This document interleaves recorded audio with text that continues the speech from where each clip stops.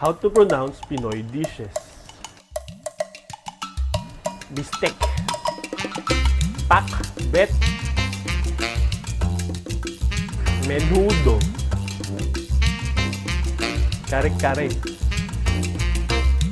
Pochero. Ginataang gulay.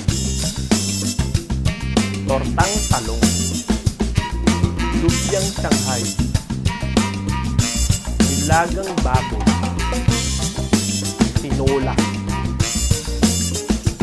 Apritada. Mechado. Munggo. Adobong manok. Galunggong. Albert Ibon. So yeah guys, thank you for watching. I hope you learned lots.